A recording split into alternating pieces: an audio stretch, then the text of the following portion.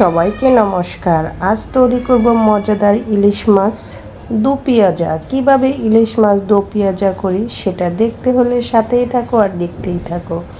প্রথমে ইলিশ মাছগুলো হলুদ মরিচ লবণ দিয়ে মেখে নিয়ে চুলায় পরিমাণ মতো তেল দিয়ে তেলটা ভালো করে গরম করে নিয়ে এভাবে মাছগুলো দিয়ে উল্টিয়ে পাল্টিয়ে একটু কড়া করে ভেজে নেব।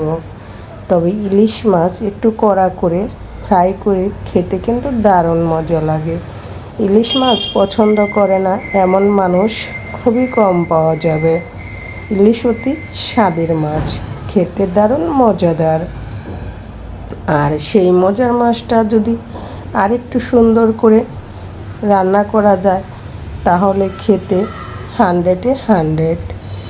এক পাশ কড়া করে ভেজে নিয়েছি, অপর পাশটাও এভাবে উল্টিয়ে পাল্টিয়ে ভেজে নিতে হবে। ইলিশ মাছটা থেকে অনেকটাই তেল উঠেছে। গরম ভাতে এভাবে ইলিশ মাছ ভাজি খেতে কে কে পছন্দ করো অবশ্যই কমেন্টস করে জানাতে পারো। এখন মাছগুলো এক সাইড করে এভাবে একটু সাজিয়ে নিচ্ছি, আর তেলগুলো মাঝখানে চলে গিয়েছে। এখন এই গরম তেলের ভিতরে দিয়ে দিব কুচি করে রাখা পেঁয়াজ কুচি আর কাঁচামরিচ। এখন এই মাঝখানে তেলে পেঁয়াজগুলো নেড়ে চেড়ে ভেজে নেব।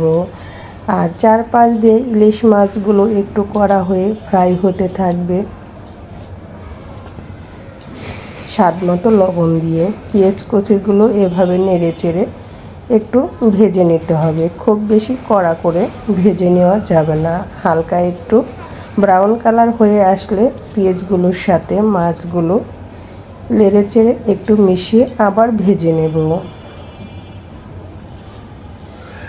আমার মতো এভাবে কে কে ইলিশ মাছ কাঁচামরিচ পেঁয়াজ দিয়ে ভেজে খেয়েছো অবশ্যই কমেন্টস করে জানাবে। খেতে কিন্তু দারুণ লাগে। দেখতেই পাচ্ছ পেঁয়াজগুলো কিন্তু হালকা ভাজা হয়ে এসেছে। যখন হালকা ভাজা হয়ে আসবে ঠিক সেই মুহূর্তে এভাবে আলতোভাবে নেড়ে চেড়ে ইলিশ মাছের সাথে মিশিয়ে নিতে হবে। এখন আমি চুলা থেকে নামিয়ে নেব। একটু তেলটা ঝরিয়ে নামিয়ে নিব, কারণ অনেকটাই তেল উঠেছে এবং অনেকটাও তেল দেওয়া আছে। তাই তো তেল থেকে এক সাইড করে মাছগুলো এখন পেঁয়াজ সহ তুলে নেব। এই ছিল আজকের মজাদার ইলিশ মাছ ফ্রাই। কেমন লাগলো তোমাদের কাছে? অবশ্যই ভালো লেগেছে। ভালো লাগলে অবশ্যই একটা লাইক কমেন্ট শেয়ার করতে ভুলবে না। আর গরম গরম ভাতে এভাবে ইলিশ মাছের দো পেঁয়াজা করে খেয়ে দেখো, দারুণ মজা লাগে। এই ছিল আজকের মজাদার রেসিপি। সবাইকে অনেক অনেক ধন্যবাদ ভিডিওটি ফলো করার জন্য। আজকের মতো এখানেই শেষ করছি। আবার দেখা হবে নতুন ভিডিও নতুন রেসিপিতে।